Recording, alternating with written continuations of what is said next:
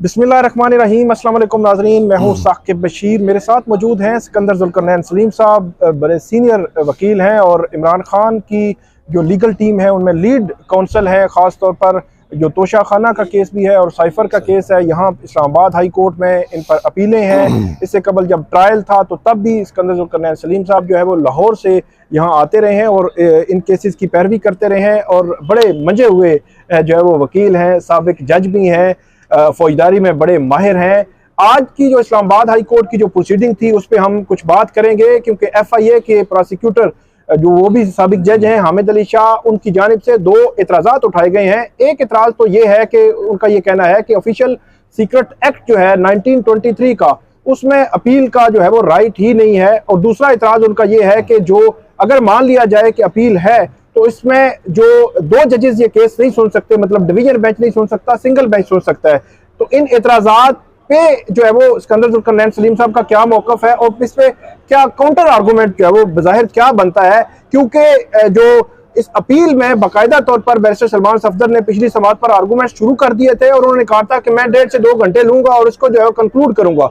लेकिन आज एक नया जो है वो कट्टा ही खुल गया है। तो इस कट्टे के वाले से पूछते हैं कि साकिब साहब, ये जो आपने बताया ना कि प्रोसिक्यूटर जो आए उन्होंने ऑब्जेक्शन लिया जी, ये उनका अपना ऑब्जेक्शन ही एक मजाक से भरपूर है। अच्छा, एक तरफ वो खुद कहते हैं कि जी ये अपील मेंटेनेबल नहीं और दूसरी तरफ कहते हैं कि जिसको सिंगल जज सुने। अच्छा, तो ये खुद ही देखिए ना, कोई ये कोई अक्लमंदाना मूव नहीं लग रही, सिर्फ और सिर्फ ये डिले की नजर आ रही है। अगर वो खुद बात करते हैं कि जी ऑफिशियल सीक्रेट एक्ट 1923 अपील की रेमेडी प्रोवाइड नहीं करता, इट इज साइलेंट जी, तो वहां उनका वहां खड़े होना भी साइलेंट है। क्यों? वो प्रोसिक्यूटर है, वहां कहीं नहीं लिखा हुआ कि प्रोसिक्यूशन कैसे होगी।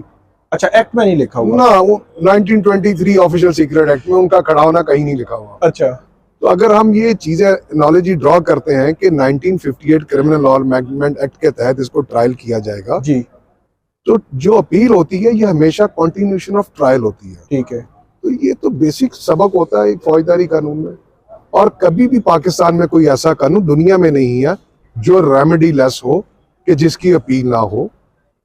ये कोई बादशाहत का दौर थोड़ी है। वैसे FIA यही कहना चाह रहा है, जो मतलब मुझे समझ आई है, वो यही कहना सजा है वो हतमी हो चुकी है, वो यही कहना चाह रहे हैं, जबकि ऐसा नहीं है। अच्छा, ये उनका ख्याल है। ठीक है। क्योंकि अगर मेरी वो बात मैं दोबारा बताऊं, अगर वो प्रोसिक्यूशन स्पेशल प्रोसिक्यूटर खड़े हैं तो वहां उनका खड़े होना भी नाजायज ही है।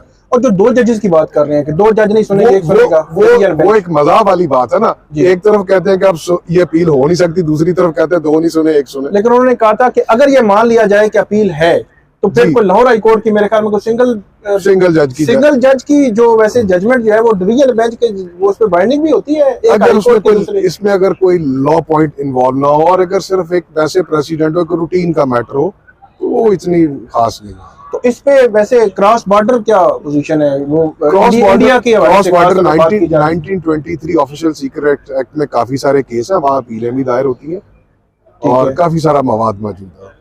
तो इसमें अभी क्या लगता है कि मतलब अब ये मामला लटक जाएगा? जो साइफर का जो अपील कोशिश प्रोसिक्यूशन की यही है कि इसको लटकाया जाए, जितना हो सकता है तूल दिया जाए। उनको भी पता है इस केस के पल्ले क्या, ठीक है, उनको पता है इस केस के पल्ले कुछ नहीं है। अच्छा, अगर ये जो एक्सेप्ट हो जाती है उनका एतराज, तो फिर क्या होगा? रेट होगी, मतलब रेट में इस्लामाबाद हाई कोर्ट में यही होगी, उसी को कन्वर्ट किया जाएगा। अच्छा, इसको कन्वर्ट कर दिया जाएगा, यही फिर अदालत सुनेगी जी, यही अदालत सुनेगी। और उसमें वो सिंगल और डिवीजन बेंच वाला इशू वो आप भी समझ रहे हैं ना। मैंने पहले जैसे कहा, एक तरफ आप कहेंगे जी आप सुन नहीं सकते, दूसरी तरफ कहें अच्छा चले एक सुन ले।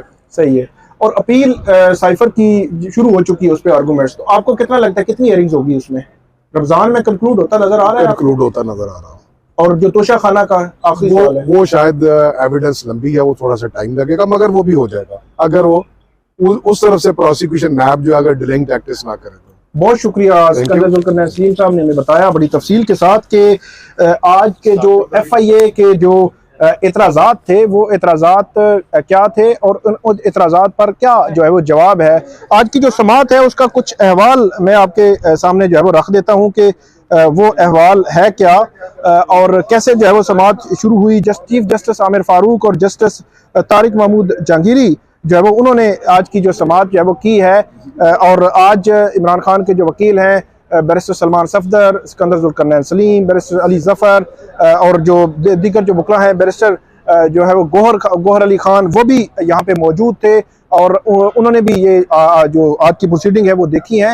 इसके अलावा इमरान खान की जो बहनें हैं वो भी मौजूद थी। जो समाअत है उसका अहवाल मैं आपके सामने रख देता हूँ कि आज जब समाअत शुरू हुई तो शुरू में ही जो हामिद अली शाह हैं, जो FIA के स्पेशल प्रोसिक्यूटर हैं, वो अदालत के सामने आ गए और उन्होंने अदालत के सामने ये कहा कि उनका इस हवाले से एतराज़ है कि ये तो अपील काबिल समाअत ही नहीं है, कि अपील मतलब सजा हो गई है तो ये अभी हतमी है। और उसके बाद उनकी जानिब से ये भी कहा गया कि इमरान खान और शाह महमूद कुरैशी की, क्योंकि साइफर की अपील इस वक्त सुनी जा रही है, तोशा खाना का मामला जो है वो अभी पेंडिंग है, लेकिन जो साइफर की अपील उन्होंने कहा, अदालत ने पूछा कि किस कानून के तहत आप ये कह रहे हैं कि ये अपील जो है वो काबिल समाअत जो है वो नहीं है। उसके बाद उन्होंने बताया 1923 के एक्ट में ये प्रोवाइडेड नहीं है। और अदालत ने पूछा कि क्या जो CRPC के तहत भी अपील नहीं होगी, तो उन्होंने कहा कि बिल्कुल CRPC इस हवाले से जो है वो खामोश है। उस पर FIA प्रोसिक्यूटर ने कहा कि हमारा दूसरा एतराज़ ये है कि अपील 2 रुकनी बेंच नहीं सुन सकता। ये अदालत ने कहा कि ये आपका मुतबादल एतराज़ जो है वो आप कर रहे हैं। तो इस पर प्रोसिक्यूटर ने कहा कि हमारी पहली सदा ये है कि ये अपील काबिल समाअत ही नहीं, दूसरा एतराज़ ये है कि ये दो रुकनी बेंच जो है वो नहीं सुन सकता। उसके बाद अदालत ने चीफ जस्टिस आमिर फारूक उन्होंने रिमार्क्स दिए कि high court rules and orders में शायद आपकी बात ठीक हो, लेकिन हाई कोर्ट रूल्स आपकी मदद नहीं करेंगे। उसके बाद अदालत जो उनके दलाइल मुकम्मल हुए तो बैरिस्टर सलमान सफदर जो है वो दलाइल देने के लिए आए। उन्होंने कहा कि हैरान कुन है कि इनके एतराज़ात ये हैं कि ना तो 2 जज ना एक जज अपील जो है वो सुन सकता है। उन्होंने कहा कि अगर किसी को सजाए मौत हो जाए तो उसकी अपील फिर कहाँ जाएगी। उसके बाद सलमान सफदर जो है उनकी जानिब से ये भी कहा गया कि इस एक्ट के तहत आर्मी नेवी की बहुत सी मुख्तलिफ तरह की सजाओं से मुतल्लिक दरखास्तें जो है वो अदालत के पास जो है वो आती हैं। और उन्होंने ये भी कहा कि पहले जमानत में भी, जब जमानत इमरान खान की यहाँ पे साइफर केस में आई थी, शाह महमूद कुरैशी की और इमरान खान की, उस वक्त भी ये एतराज़ आया था। फिर अदालत ने ये तय किया था कि ये अदालत का दायरा इख्तियार है और ये सुन सकते हैं। ये कहा बैरिस्टर सलमान सफदर ने। फिर ये भी कहा कि FIA प्रोसिक्यूटर ने कहा कि इस सज़ा के खिलाफ अपील सुनी ही नहीं जा सकती। और ये भी कहा कि कानून की ये दानिस्त नहीं हो सकती कि अपील को सुना ही ना जा सके और जो ट्रायल कोर्ट ने सज़ा दे दी है उसको हतमी जो है तसव्वुर किया जाए। और उन्होंने ये भी कहा कि प्रोसिक्यूशन ने दरखास्त जमानत पर भी इस तरह के एतराज़ात जो है वो उठाए थे। तो चीफ जस्टिस जो है आमिर फारूक उन्होंने कहा कि आप कहते हैं कि ऑफिशियल सीक्रेट एक्ट पर कोड ऑफ क्रिमिनल प्रोसीजर का इतलाक होगा। तो बैरिस्टर सलमान सफदर ने कहा कि बिल्कुल जो है वो इस पर इतलाक होगा। यहाँ पे जस्टिस मियां गुल हसन औरंगजेब जो है वो उन्होंने मुखातब किया बैरिस्टर सलमान सफदर को और ये कहा कि आप इस नुक्ते पर इस अदालत की मुआवनत करें कि ये अपील जो है वो है या नहीं है, इस पर मुआवरत करें, कानून क्या कहता है। और उन्होंने कहा कि जो बॉर्डर पार का मतलब ये है कि उन्होंने कहा कि भारत में क्या रवायत है उस हवाले से आप जो है वो बताएं। इस पर जो अदालत ने रिमार्क्स दिए कि अगर इनके एतराज़ात हम मंजूर कर भी लेते हैं तो इसके बावजूद आपकी जो प्रोसीडिंग्स हैं वो ख़त्म नहीं होगी। और ये क्लियर है कि एतराज़ मंजूर होने पर अपील की सूरत हाल तब्दील हो जाएगी, ख़त्म नहीं होगी। मतलब अपील जो है वो रिट में जो है वो कन्वर्ट हो जाएगी और रिट में कन्वर्ट होने के बाद उसको जो है वो यही अदालत जो है वो सुनेगी। और बैरिस्टर अली जफ़र जो है उन्होंने यहाँ पे कहा कि अगर क्रिमिनल केस में अपील नहीं है तो फिर रिट का दायरा इख्तियार इस्तेमाल होगा। फिर अदालत ने दोबारा कहा, चीफ जस्टिस आमिर फारूक ने, कि एतराज़ जो है वो अगर मंजूर हो भी जाता है तो रिट का दायरा इख्तियार तो मौजूद है और आपकी प्रोसीडिंग जो है वो ख़त्म नहीं होंगी। ये 4-5 दफ़ा अदालत ने कहा, क्योंकि इससे एक तासुर जा रहा था कि शायद जो मेन अपील है वही खारिज हो जाएगी, मुस्तरद हो जाएगी अगर एतराज़ात जो है वो अदालत जो है वो FIA के मान लेती है। तो उसके बाद अदालत ने ये क्लियर किया यहाँ पे कि ऐसा जो है वो नहीं होगा। फिर जो बैरिस्टर अली जफ़र थे उन्होंने कहा कि आप कल के लिए ये केस रख लें। और इसमें जो जस्टिस मियां गुल हसन औरंगजेब ने एक रिमार्क्स ये भी दिए कि इस केस में बहुत सारे इश्यूज हैं और फर्स्ट इंप्रेशंस के ये हैं और इसमें आप तफसील से मतलब डिटेल आप जो है वो इसमें आर्गूमेंट्स हमें देंगे। और इसके बाद बैरिस्टर सलमान सफदर ने ये कहा कि इन्होंने इस स्टेज पर ये एतराज़ उठाया है जब मैंने अपील पर अपने दलाइल जो है वो शुरू कर दिए हैं। तो अदालत ने कहा कि अब ये एतराज़ आ गया है कि इस एतराज़ को सुनकर हमने इस पर कोई फैसला करके आगे बढ़ना है, ऐसे जो है वो हम आगे नहीं बढ़ सकते। उसके बाद बैरिस्टर जो अली जफ़र हैं उन्होंने कहा कि चलें ये तो साइफर केस हो गया, क्योंकि जो वकील थे FIA के प्रोसिक्यूटर थे उन्होंने ये कहा कि मैंने कल जो है पेशावर हाई कोर्ट जाना है, तो अदालत की जानिब से कहा गया कि परसों के लिए केस रख लेते हैं। तो बैरिस्टर अली जफर ने कहा कि केस जो है वो तोशा खाना का केस कल के लिए रख लें, और कल जो है वो इसमें मैं आर्गूमेंट्स देने के लिए तैयार हूं। लेकिन अदालत ने कहा कि नहीं, हम इस तरह नहीं करेंगे, परसों के लिए रख लें हैं, और परसों अगर इनके आर्गूमेंट्स जो है वो इस पे जो है कंक्लूड हो जाते हैं तो उसके बाद आपको जो है वो सुन लेंगे, लेकिन अलग ये नहीं रखेंगे। बैरिस्टर अली जफर की ये जो है वो अदालत के सामने उन्होंने पॉइंट रखा था कि ये केस जो है वो हम कल जो है वो रख लेते हैं, कल इसको सुन लेंगे, कल जो है वो सुन लें। लेकिन अदालत ने उनकी बात नहीं मानी और परसों के लिए अब केस की समाअत मुलतवी हुई है। लेकिन जिस तरह जो सिकंदर जुल्करनैन सलीम जो है हमें बता के गए हैं, उन्होंने पॉइंट अदालत के सामने रखा था कि अगर आप 1923 के जो एक्ट है, ऑफिशियल सीक्रेट एक्ट, अगर उस पर जाते हैं तो उसके तहत तो फिर स्पेशल प्रोसिक्यूटर भी नहीं है उसमें। तो फिर उसमें उन्होंने एक और बात की है कि उसमें तो फिर FIR भी नहीं है, उसमें एक तरीकाकार ही मुख्तलिफ है कि यहाँ तो FIR हुई है और FIR में कार्रवाई जो है आगे बढ़ रही है। फिर उन्होंने कहा कि अगर ऑफिशियल सीक्रेट एक्ट की बिल्कुल आप उस पर देखना है आपको, फिर तो आपको टोटल जो है प्रोसीडिंग जो है वो डिफरेंट तरीके से देखनी पड़ेगी, क्योंकि अगर FIA का एक एतराज है या दूसरा एतराज है उसको देखेंगे तो दो एतराज तो फिर और भी आ जाएंगे कि FIR का तरीका नहीं है, प्रोसिक्यूटर नहीं है, तो सारी चीजें देखनी पड़ेंगी। लेकिन फिर भी जो बेंच है आज, जो स्पेशल बेंच है इस्लामाबाद हाई कोर्ट का, उनकी जानिब से हिदायत की गई है इमरान खान के और शाह महमूद कुरैशी के वकला को कि वो एक कानूनी नुकता सामने आया है, इस पर आप असिस्ट करें, इसके असिस्टेंस के बाद आगे बढ़ेंगे।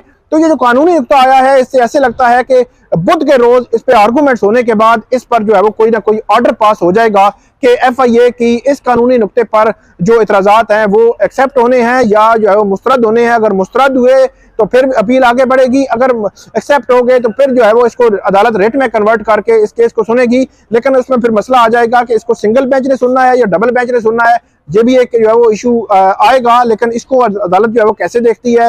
लेकिन ओवरऑल अगर देखा जाए तो FIA इस मामले को आगे जो है वो लटकाने में बहरहाल जो है वो कामयाब ही रही है। अब मजीद जो है वो कुछ दिन इसमें पड़ गए हैं, क्योंकि आज अगर आर्गूमेंट चलते सलमान सफदर शुरू करते तो वो हो सकता है कहीं कंक्लूजन की तरफ पहुंच चुके होते और एक आध समाज में कंक्लूड कर लेते और उसमें जो है वो चीजें जो है वो अपनी जजमेंट रिजर्व की तरफ बढ़ जाती। लेकिन अब मामला जो है वो कदरे कुछ लटक गया है। लेकिन रमजान में सिकंदर जुल्करनैन सलीम साहब जो है उनका दावा है कि रमजान में ये केस जो है वो कंक्लूड हो जाएगा। तो ये थी आज की प्रोसीडिंग साइफर केस से मुतालिक और तोशा खाना केस से मुतालिक। उम्मीद है आपको हमारी वीडियो ये पसंद आएगी, इस पर फीडबैक दीजिएगा और हमारा यूट्यूब चैनल सब्सक्राइब करें, बेल आइकन का बटन प्रेस करें और इस पर आप हमें कमेंट करें, फीडबैक दें और सवालात भी आप कर सकते हैं। बहुत शुक्रिया।